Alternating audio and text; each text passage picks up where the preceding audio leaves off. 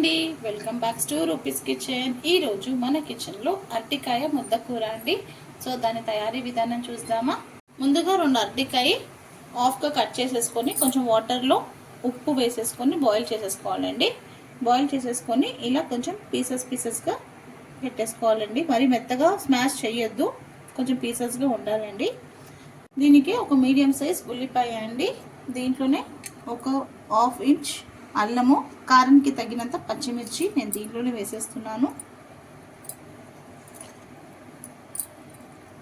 తయారీ విధానం చూద్దామండి. దీంట్లో ఇప్పుడు ఈ ఉల్లిపాయని, అల్లం ముక్కల్ని, పచ్చిమిర్చిని మిక్సీ వేసేసుకుంటాను.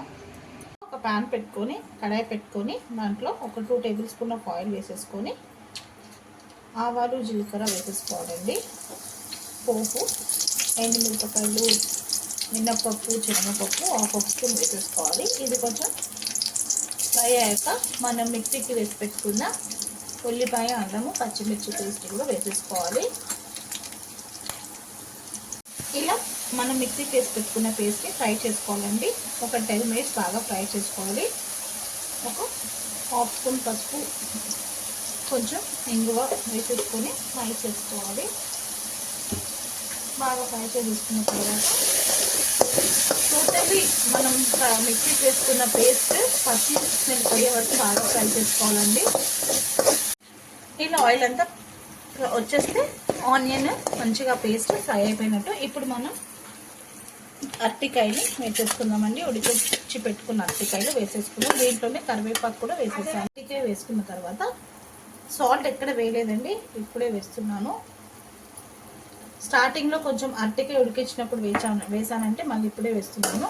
ఇప్పుడు ఇదంతా మంచిగా మిక్స్ చేసేసుకోవాలండి. వేడి అన్నంలో కొంచెం నెయ్యి వేసుకొని తిన్నప్పుడు సూపర్గా ఉంటుంది. రసం రైస్కి, సాంబార్ రైస్కి, పెరుగన్నంకి కూడా చాలా అంటే చాలా బాగుంటుందండి. వీడియో ఫుల్గా చూడండి, ఇక్కడ స్కిప్ చేయకుండా, అప్పుడే తెలుస్తుంది. లైక్ కూడా చేయండి. అలానే మరి ఇలా మొత్తంగా స్మాష్ చేసుకోవద్దండి అరటికాయని, ఇలా ఉండాలి పీసెస్తోనే. సో ఇప్పుడు బాగా మిక్స్ చేసేసుకుందాం. ఇలా అన్నీ మంచిగా మిక్స్ చేసేసుకోవాలండి. ఇంకా అయిపోయింది అరటికాయ ముద్ద కూర. సో ఇంకా లాస్ట్గా గ్యాస్ ఆఫ్ చేసేసుకోవాలి. లాస్ట్కి కొంచెం లెమన్ స్క్వీజ్ చేసుకోవాలండి. లెమన్ స్క్వీజ్ చేసుకుంటే చాలా బాగుంటుంది.